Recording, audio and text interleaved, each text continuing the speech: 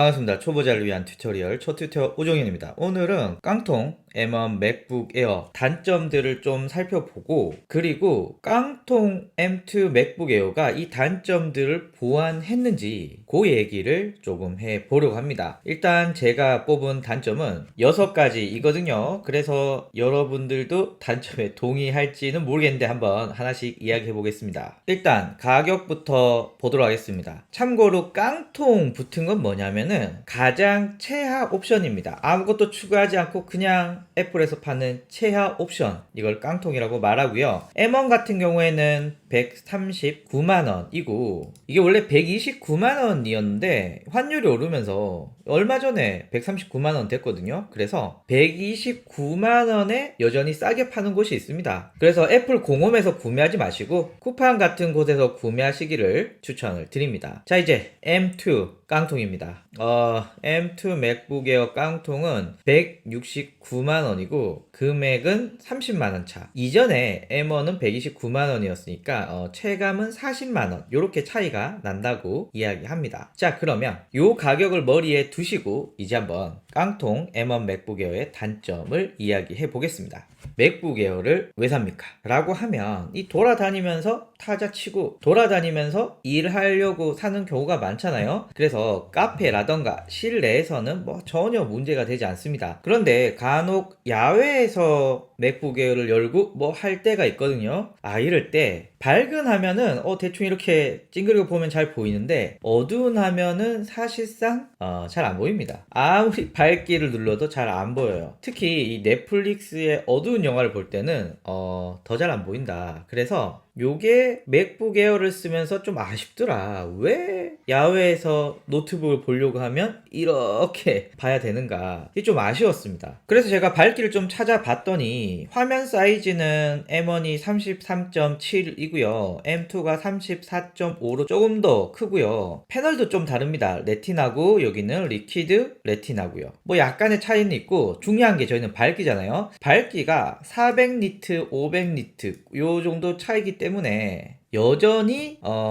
야외에서 보는 건 좀 쉽지 않다. 여러분들이 쓰시는 핸드폰은 OLED 패널을 쓰고 있고요. 그리고 맥북 프로 14, 16으로 넘어가면 미니 LED를 사용하기 때문에 그런 모델들은 좀 야외에서 보는 게 눈이 좀 편한데 이 LCD 패널은 야외에서 밝기를 아무리 올린다고 하더라도 여전한 한계가 있더라. 그래서 화면 밝기, 특히 야외에서 그늘 없는 곳에서 본다. 이거는 맥북 에어 단점이 해결되지 않았다라고 말씀드립니다. 자, 두 번째, 포트 문제입니다. 저는 이 보통 외부에서 업무를 보면 무조건 맥북 에어를 들고 다니거든요. 이때 평소에는 뭐 포트 두 개가 아쉬운 적이 잘 없어요. 그런데 전원 충전도 하고 외장 SSD도 쓰고 아이폰을 충전하고 기본적으로 구멍이 3개가 필요한 거죠. 보통 동영상 편집할 때, 장시간 앉아서 작업할 때 이렇게 하거든요. 요럴 경우, 왜 구멍이 2개밖에 없지? 아쉬움이 있습니다. 아니면 강의할 때 전원 충전도 하고 HDMI 연결도 할 때, 요럴 때 HDMI는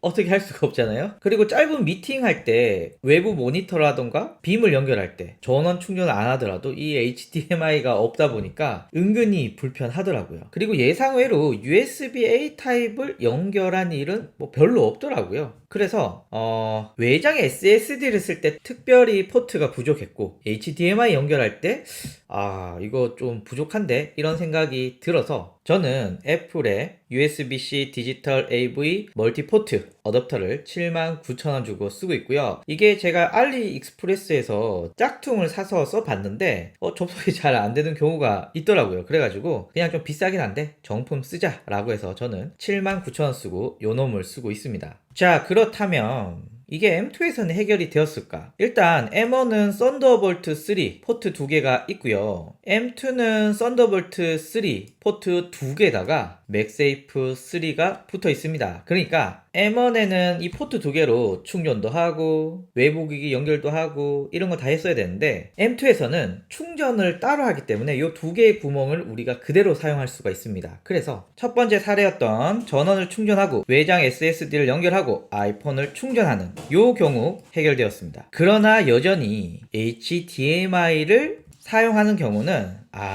안 된다. 이게 좀 아쉽습니다. 그래서 저같이 HDMI 연결을 자주 안 하시는 분들에게는 뭐 딱히 허브, 독 이런 게 필요 없는데 HDMI 연결도 하고 USB-C가 아닌 포트를 많이 쓴다. 그러면 M2에서도 여전히 허브나 독이 필요하다. 세 번째, 빔 프로젝트 연결입니다.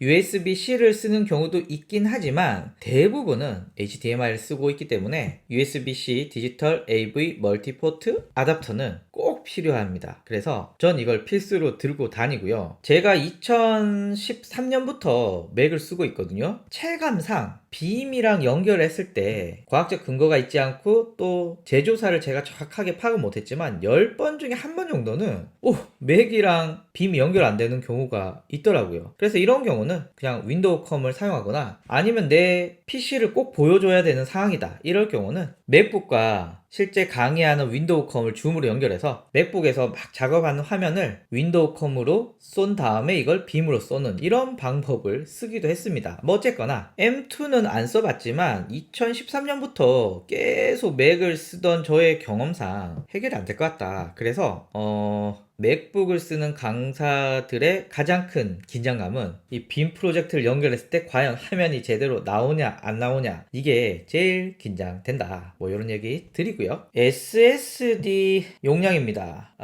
일단 깡통에는 256기가 SSD 저장 장치가 있습니다.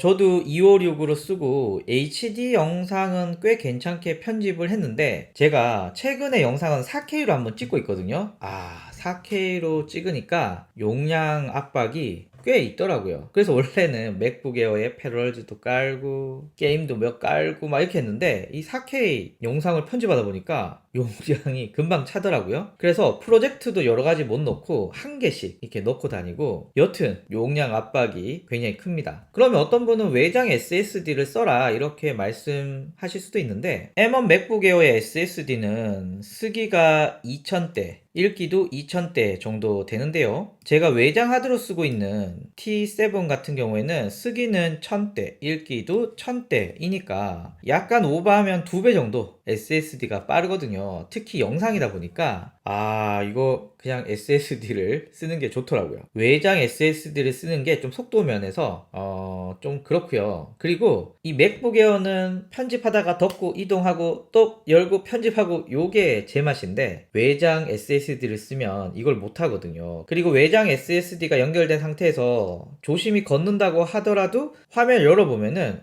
마운트가 연결 해제됐다고 안 되는 경우도 꽤 있더라고요. 그래서 영상을 편집하는데 주로 맥북 에어를 쓴다. 이 경우는 요 놈이 맥북 에어에 장착된 SSD를 쓰는 게 훨씬 더 좋다. M1 깡통 256이고요. M2 깡통도 256 SSD입니다. 그래서 영상 편집을 하시는 분들은 무조건 업그레이드를 하시는 걸 추천드리고 이거 너무 비싸잖아요.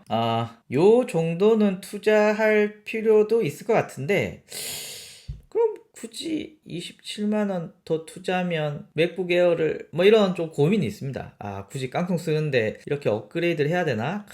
이건 좀 고민이 됩니다. 자, 이제 패러럴즈인데요. SSD 용량도 영향이 크지만 램이 굉장히 큽니다. 그래서 윈도우 사용을 위해서 M1 깡통에서 패러럴즈를 돌리면 오피스 정도는 괜찮은데 뭔가 좀 버거운 작업들 게임을 돌린다거나 이러면은 온도가 급속도로 올라갑니다. 100도는 그냥 넘고요. 그럼 당연히 스로틀링이 걸리고 맥북은 버벅거리기 시작을 합니다. 그래서 이게 팬이 없어서 그럴 수도 있지만 제가 볼 때는 램이 좀 부족한 것 같아요. 기본적으로 M1, M2 모두 8기가 통합 메모리를 가지고 있거든요. 그래서 패러럴즈를 자주 사용하시고 빡센 작업을 돌리시는 분들은 램도 업그레이드 하면 좋은데 16기가 27만원 앞에 SSD 또 늘리면 그럼 60만원 이렇게 쓰면 맥북 에어를 쓰는 게 별로 의미가 없는데 이런 생각이 들 수 있죠. 그래서 굳이 맥에서 빡세게 윈도우를 돌려야 되나? 그냥 윈도우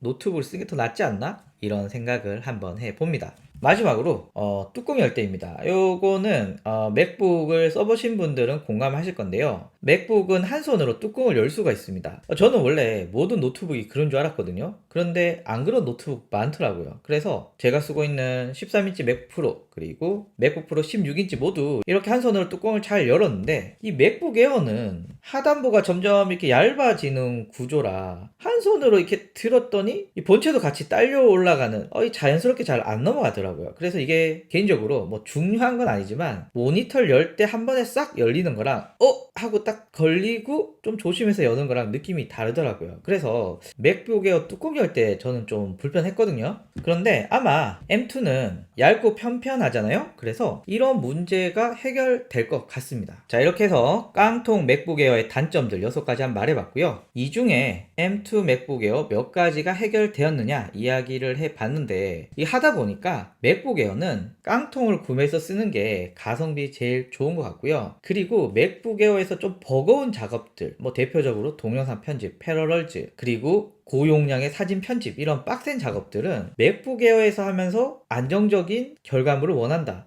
이 좀 무리가 있는 것 같아요. 그러면 업그레이드 해야 되고 업그레이드 해야 되는데 굳이 맥북 에어를 업그레이드 하면서까지 쓸 필요가 있을까? 라는 생각이 들어서 저는 아쉬운 대로 깡통 M1, M2 맥북 에어를 구매해서 무리하지 않고 쓰는 걸 추천을 드리고요. 무리하려면 맥북 프로 라인으로 넘어가시기를 추천을 드립니다. 감사합니다.